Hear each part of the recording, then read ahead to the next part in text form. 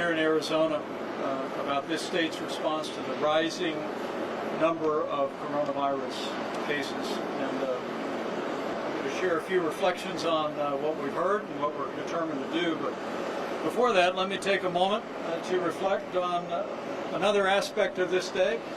A huge win for the people of Arizona, for American workers, farmers, and ranchers, and that is that as of today, the USMCA has taken effect.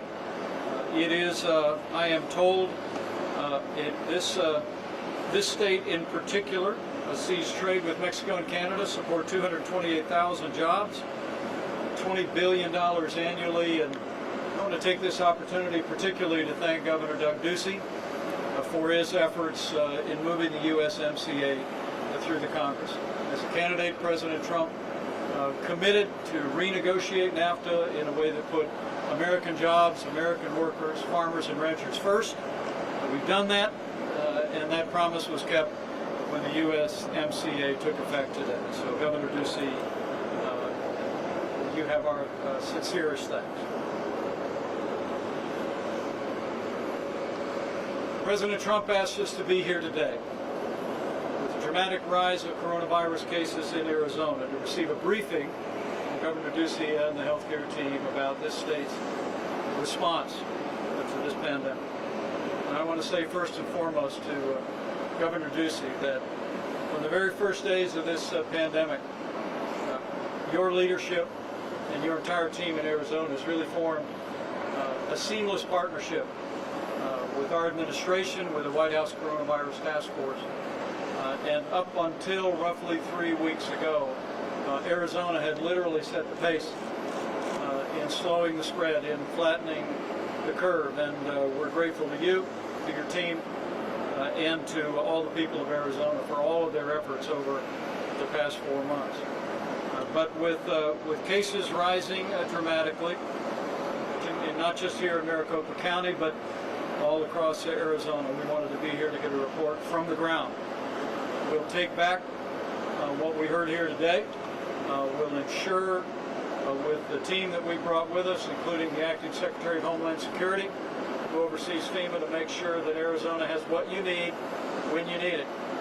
We told the governor today, we say to the people of Arizona, we're with you. We're going to make sure that Arizona has whatever it takes to meet this moment, to slow the spread, to flatten the curve, to save lives. That's our commitment to each and every one of you. We also brought along Admiral John Polovchek, who has coordinated all of the PPE supplies, the construction of ventilators. And while we are encouraged to hear today that the hospital capacity here remains strong on supplies and equipment, we did hear in the briefing today for the need for personnel. We've already responded. 62 medical personnel arrived this week in Tucson, but the governor conveyed to us an additional request for another 500 personnel, and I've instructed the Acting Secretary of Homeland Security to move out immediately on providing the additional doctors and nurses and technical personnel. We want to say to all the incredible healthcare workers here in Arizona, help is on the way, and we're going to spare no expense to provide the kind of reinforcements that you will need all across this state should this coronavirus pandemic continue to expand in Arizona. As I said, we're encouraged to hear that hospital capacity remains manageable. 85% of medical beds and only 88% of ICU beds. But the governor and I also spoke today about 2 additional facilities that were already reviewed and developed by the Army Corps of Engineers. The governor knows that we're prepared to stand those surge facilities up in very short order if the need should arise. We're going to make sure that Arizona continues to have the healthcare capacity in this state to render to everyone who contracts the coronavirus the level of healthcare that we would want any one of our family members to receive. And finally, let me say the President and I couldn't be more grateful for Governor Ducey's leadership throughout this coronavirus pandemic. But with cases rising in the last several weeks, I want to make it clear that we fully support the steps that Governor Doug Ducey and local health officials are implementing here across the state of Arizona to slow the spread. Arizona flattened the curve early on in this pandemic, but we all noted something changed about the middle of May, and that's why this governor stepped forward, took decisive action, put the health of the people of Arizona first, and President Trump and I fully support the responsible steps that he's taken to limit large gatherings, pause operations of bars and gyms, movie theaters and water parks, and delay the start of school until August 17th. President Trump and I and our entire task force are absolutely committed, Governor, to supporting your efforts to respond to this outbreak, to slow the spread, to protect the most vulnerable, so that we can keep our economy moving forward and get our kids back to school. The CDC just today posted new guidance for getting our kids back to school. Yesterday posted new guidance for opening up colleges and universities. The Governor and I discussed today the paramount importance of us moving forward in a way where we can get our kids back into the classroom come this fall. It's been tremendous leadership here in Arizona since the first days of this pandemic. Your healthcare workers have done a remarkable job, particularly in recent weeks and at this very hour, caring for those that have been impacted by the coronavirus. But I want to say to all the good people of Arizona, we all need to do our part. We want to encourage every Arizonan to adhere to the guidance that the governor has issued and also the guidance of local authorities. We issue a particular plea to young people. I was informed today by the Maricopa County Department of Health that more than 50% of all of those who are testing positive in Maricopa County are under the age of 35. Young people know that without an underlying health condition, that the threat to them of a serious outcome for the coronavirus remains low. But we want to remind our young people, as you see the measures that the governor's put into place, you hear about the call for common sense personal hygiene and the wearing of masks, that this is about protecting our most vulnerable. I've got 3 20-somethings in my family, and I know that no young person here in Arizona would want to inadvertently expose a grandmother, a grandfather, an elderly neighbor, a mom, or a dad to the coronavirus. And so to each of them, we want to commend all the steps the governor's put into place, but we want to remind you that now is the time for all of us, particularly the young among us, to remember, wash your hands, practice good hygiene, wear a mask when indicated by state or local authorities, or when social distancing is not possible. We can all do our part to slow the spread, to flatten the curve, to save lives. And remember, it's not an either-or. Dr. Fauci said not just a few short days ago that we shouldn't look at these public safety measures as an impediment to continuing to open up our economy. We should look at them as a vehicle to opening up. The more we all do to support the public health measures that have put into effect, the quicker we can get Arizona's economy growing, get our kids back to school, and that's what we're determined to do. We're all in this together, and together I'm very confident that as all of us do our part each and every day, we'll slow the spread, we'll flatten the curve, we'll save lives all across this state, and we will lay a foundation to bring this state's economy back bigger and better than ever before. So thank you very much, and Governor Ducey, thank you for an important and informative briefing. We're with you. Thank you. I want to say thank you, Mr. Vice President, for your leadership and your partnership throughout this pandemic. It was great to see you today in person. but I'm able to see you at least once or twice a week on the constant communication that we have from the Coronavirus Task Force. We very much appreciate it, your commitment and President Trump's commitment to serving Arizona and helping us solve the issues that are in front of us today. I also want to thank the Coronavirus Task Force. To have Secretary Chad Wolf here today, Rear Admiral Polowchek, who is talking to us about supplies, and Dr. Deborah Birx has been with us for several days in Arizona, meeting with leaders, decision makers, and influencers in the healthcare industry across our state, and actually seeing what's happening across the Southwest, including New Mexico and Texas. We're grateful for what she's been able to contribute to the discussion, the questions she was able to answer, and guidance that she was able to clarify.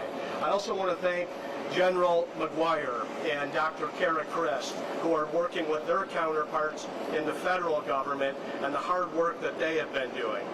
And most of all, I want to say thank you to our healthcare workers who are on the front lines. Our doctors, our nurses, our hospital staff, and all of our caregivers. The decisions that we are making are to help you, help the people in Arizona that need it. So our message is clear in terms of where Arizona is today. You are safer at home. We want to slow the spread of this virus and protect the most vulnerable. We have taken the steps to temporarily close bars and gyms and water parks, tubing, and movie theaters. We focused for a long time and have done a very good job on our most vulnerable, those that are 65 years or older and at high risk or with chronic health issues. We now need the message to spread far and wide that we all can contribute to slowing the spread of this virus and have Arizona a safer place by following the fundamentals of masking up, washing your hands, maintaining that physical distance between others, and when you're sick, staying home. If we commit to that and we do it with increased intensity over the next several weeks, we're going to be in a different and better position in Arizona. So with that, again, I want to thank our federal partners, Vice President Pence and President Trump. Whatever we have asked for and needed, whether it was increased testing or further support on contact tracing, personal protective equipment from face guards to gowns, the answer has been yes, and with urgency, in addition to helping clarify some federal guidance that will help our hospitals here on the ground with support and resources. So I couldn't be more grateful for your partnership and leadership in this battle. It's something we need to remain vigilant on and also have flexibility to work with our local leaders across the state who have done an incredible job communicating the benefits of putting on a mask and how that can help our fellow citizens slow the virus and protect the most vulnerable. And with that, I want to turn the podium over to Secretary Wolf of Homeland Security, who has been an incredible partner as well on everything that Arizona has needed, not only with the focus from FEMA, but whatever issues we've had at the border as well. For that, we're grateful. Secretary Wolf. Let me first start off by, again, thanking the Vice President for his leadership of the Coronavirus Task Force and the team that he's really put together, several of which are here today. It's really been outstanding. Let me also thank Governor Ducey, again, for your leadership throughout the pandemic, but particularly over the last several weeks as you've seen cases increase here, and again, for the team that you've pulled together as well. DHS continues to proudly support Arizona and all the states that are continuing to respond to the pandemic.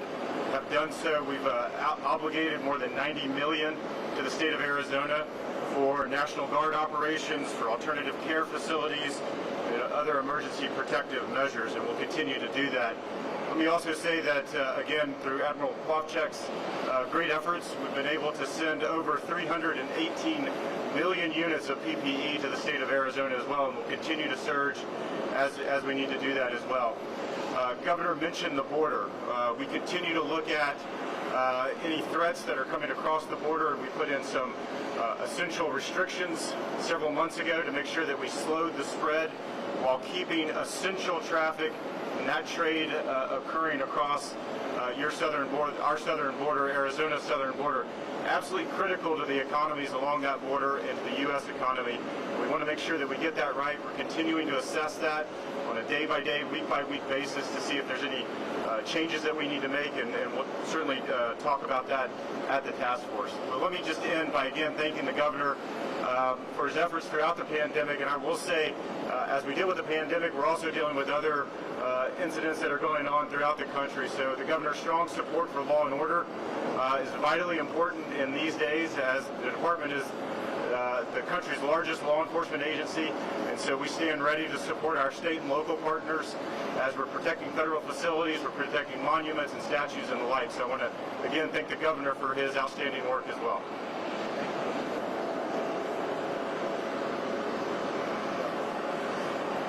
Mr. Vice President, Governor Ducey, it's been a privilege to be with the people of Arizona for the last 2 or 3 days. What has been remarkable to me is watching the people of Arizona respond to the Mask Up Arizona guidelines and made it clear that we respect one another by wearing masks. I saw that wherever I went for the last several days in Maricopa County, and I want to thank the people of Arizona for showing that respect for each other. We know this virus is circulating actively in several counties. We also know that there are other counties at risk, and I want to call on all the county leadership and the individuals in each of these counties that as soon as you see an increase in your test positivity rate, to put on a mask, protect one another. Governor Ducey's directives to really increase not only our respect for one another, but that clear communication coming from his health team that made it clear that wearing a mask will change the spread of this virus. And also making it clear that with this moment in time, closing the bars, decreasing restaurant spaces, and the other actions will really dramatically have an impact. To all of our millennials and Gen Z, thank you. Thank you for your leadership and showing how important the mask and social distancing are, and that communication that you're having with your parents and your grandparents to protect them. But I also want to call on you to be aware that there are people in your age group every day that have pre-existing conditions that you may not know about, that may have diabetes, that may have hypertension, that may have a weight issue. These individuals, no matter what their age, are susceptible, and you can see it in the hospitalizations here in Arizona. So you're not only protecting those we totally respect in the over 65 age group, but you're protecting one another. And I appreciate that. Yesterday I got to meet with an entire group, and it showed the governor's commitment and the health commitment of Dr. Chris to understanding guidelines don't work unless they're translated and working alongside community members. So in that meeting were community members from the Hispanic community, from the African American community, and today I got to meet with the tribal nation leaders. Understanding that messages are not a standalone, that they have to translate into the very fabric of our communities so that people understand what their risks are, so that people can get tested, and so that people understand the importance of wearing a mask. I also saw incredible innovation of the American spirit. We heard from your universities and we heard from your hospitals of the advances that you're taking into the field and care for those who need us the most, and the innovations coming out of your universities to provide innovations in testing and really expanding testing. We talked about how to 10x testing through pooling in communities that are in multi-generational households, bringing testing to the community and to those households, and using household pools to be able to test 100% of the community. I want to thank the African American leader I met yesterday from the community, who set up an African American task force to really make sure that messages from the governor and the health team were being translated at the level of the people who needed to hear it. I thank you for bringing together an understanding that words that aren't translated into actions will not stop this virus. But I am encouraged and I am hopeful, and I am hoping we will see the dramatic impact of you all taking responsibility and wearing masks. So when it comes months to August, we can open the schools and open the universities because we know we can stop the spread by utilizing masks and making these small adjustments into our lifestyle that show respect for one another. So thank you, Governor Ducey, for your leadership, for your looking at the science and the data and the evidence. Thank you to your health team and the brilliant Dr. Christ. It's just been a pleasure to spend time with you and your amazing county public health leaders who understand how to get into the community. Thank you for your time and the respect that you gave me by wearing masks in public. Thank you. Okay, questions? Yes, please.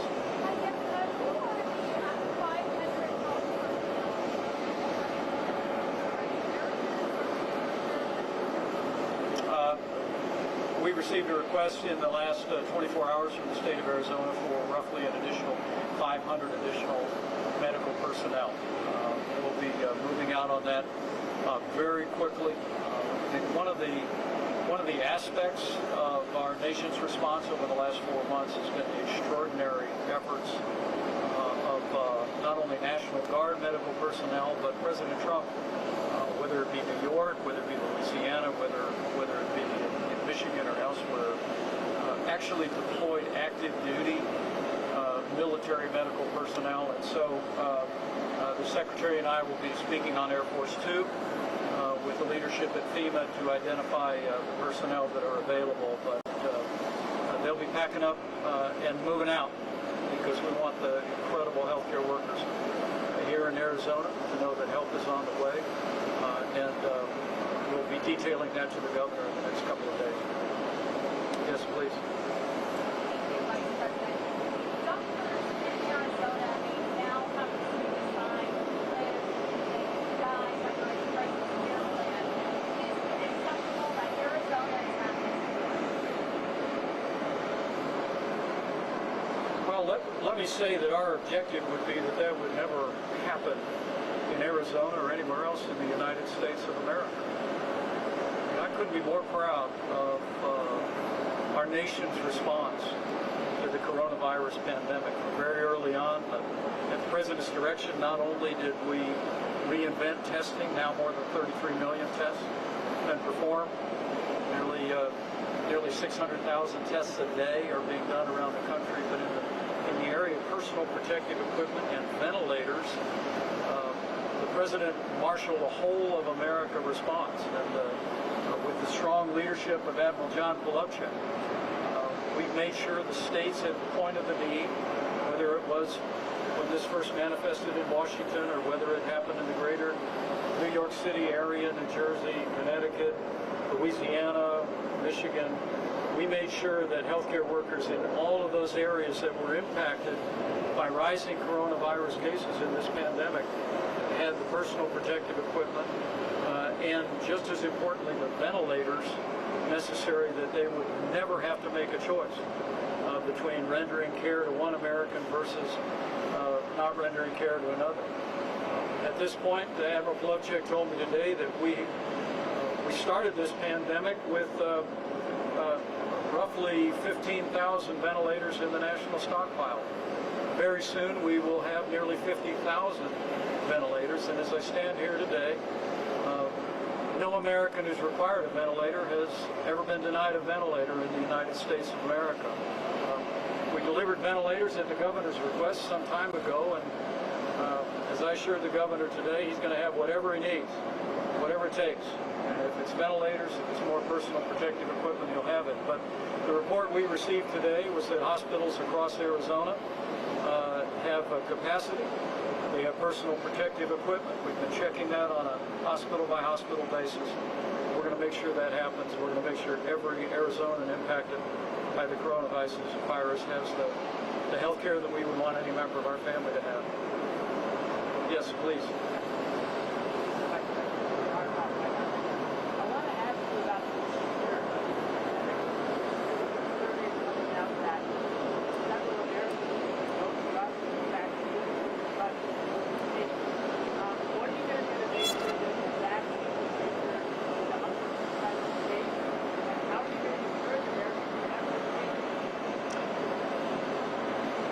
one of the ways the President marshaled the whole of America approach was we brought in all of the top pharmaceutical companies in America, which are the greatest in the world, early on in this pandemic, and we challenged them.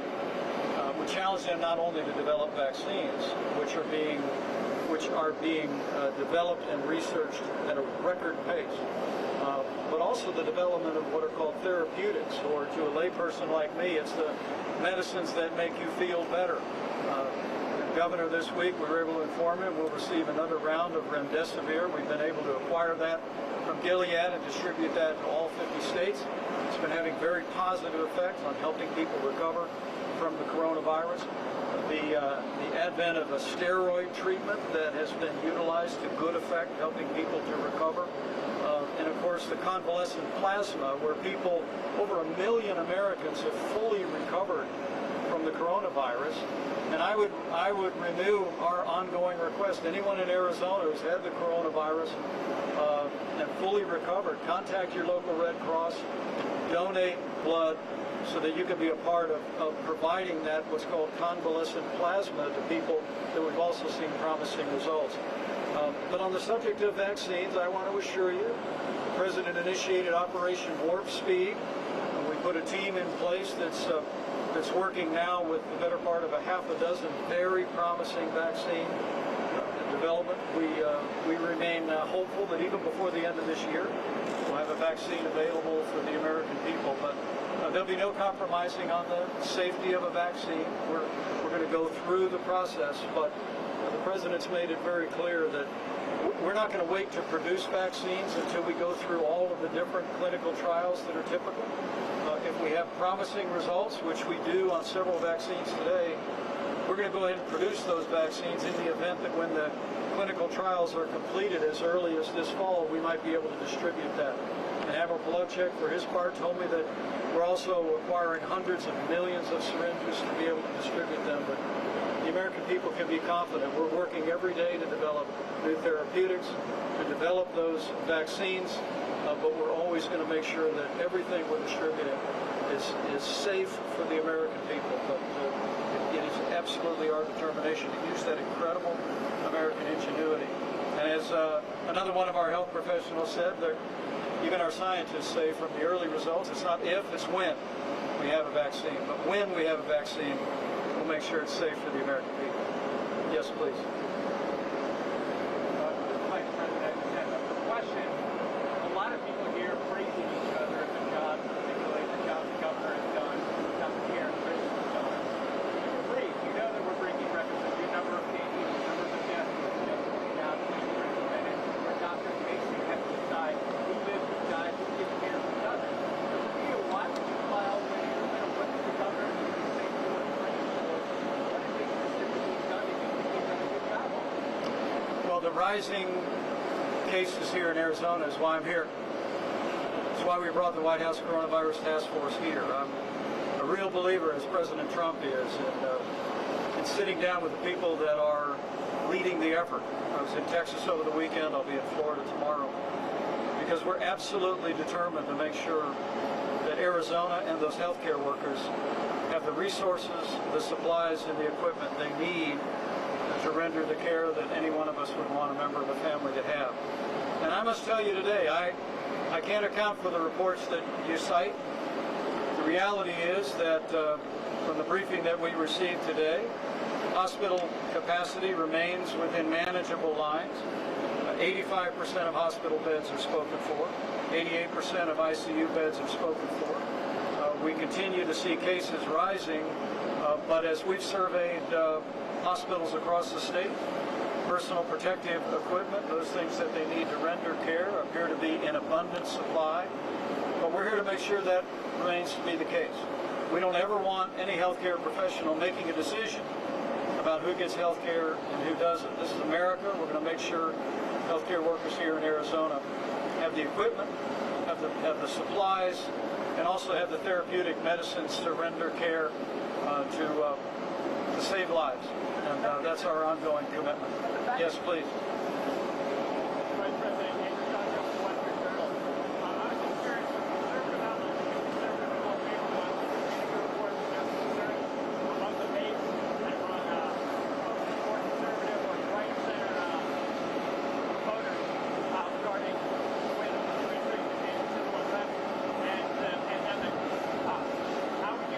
What's the concern? I didn't hear what you said. With the way the administration has handled this pandemic and the civil unrest that has happened in the last couple of weeks, how would you reassure the voters that you're going to be raising 2020 that this has been a proper response, whether it be email, whether it be flat out from the government?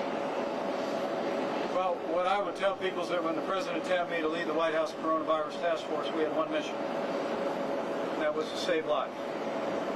And at the end of the 45 days to slow the spread, our mission adjusted. That was to save lives and open up America again. And we've been working that every step of the way. But I must tell you, I don't spend a lot of time thinking about the coronavirus relative to politics. I think about it relative to people. And frankly, the fact that President Trump, before the end of January, suspended all travel from China, stood up the White House Coronavirus Task Force. The fact that we marshaled not only the full resources of the federal government, but the full resources of the American economy to scale testing at an unprecedented level. The United States now has tested more than 33 million people, that we've literally seen to the distribution of billions of supplies to healthcare workers in hospitals around the country. We've seen the development of we'll actually have constructed 110,000 ventilators in 100 days to make sure those are available for healthcare workers all across this country. And the development of therapeutics and medicines, even while we're continuing across this country to find ways to safely and responsibly reopen. I think the American people understand this is an unprecedented moment, but President Trump has brought unprecedented leadership. And we've spared no expense. We've pulled together all the resources of this nation, and we're going to continue to do that every single day until that day comes that we put the coronavirus in the past. How about one more? We'll let you get in.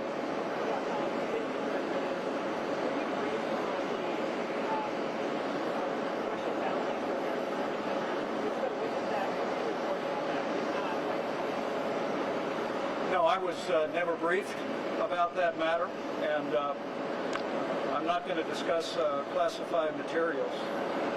But I will tell you, having served alongside this president for 3.5 years, and also being the father of a United States Marine and the father-in-law of a sailor, I couldn't be more proud of this president's ongoing efforts to support our military, whether it be historic increases in military spending, or whether it be the decisive action this president took to take out the leader of ISIS, or to take out the Iranian general Soleimani. President Trump has never hesitated to take action to protect the lives of American soldiers, sailors, airmen, and Marines, and he never will.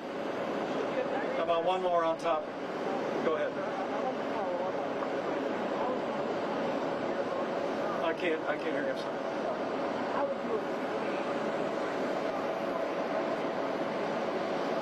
I can't hear you. I'm very sorry. How about over here? Yeah. One more. Go right ahead. Can you step forward a little bit? We'll hear you.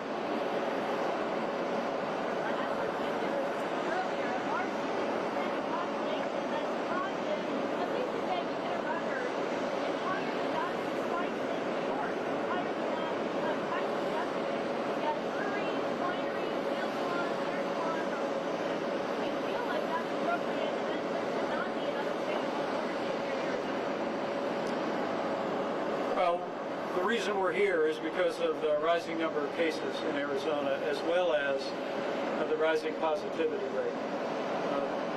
It's very clear we have community spread in this state and across much of the Sun Belt, and that's the reason why we wanted to be here to receive a briefing from Governor Ducey, but it's also why we wanted to be here to express our strong support for the steps that Governor Ducey and that local officials have put into effect, limiting certain gatherings, closing certain establishments during this rising time. And we have every confidence in the governor's leadership and local health officials across this state that Arizonans are going to be able to do what you did before. You're going to be able to slow the spread and flatten the curve. And our objective is to make sure that the governor has everything that he needs meet this moment, to provide the level of health care that every one of our families would want. But secondly, it's simply to call on the people of Arizona to understand that we all have a role to play. We are all in this together. And recognizing that adhering to the guidance of state and local officials, practicing good hygiene, washing your hands, wearing a mask when it's indicated, or when social distancing is not possible, is how every single person can do their part. And we really do believe that just as Arizona did in the early days of this pandemic, that the people of Arizona are once again going to lead the way through this rising tide of coronavirus cases. And we're going to move this state forward. We're going to get this economy moving, and we're going to get our kids back to school. That's our aim. That'll be our focus. And I want to thank the governor again and his extraordinary team for their leadership and their partnership. We're with you, Arizona, and we're going to stay with you every day until that day when we put the coronavirus in the past. So thank you all, and God bless you.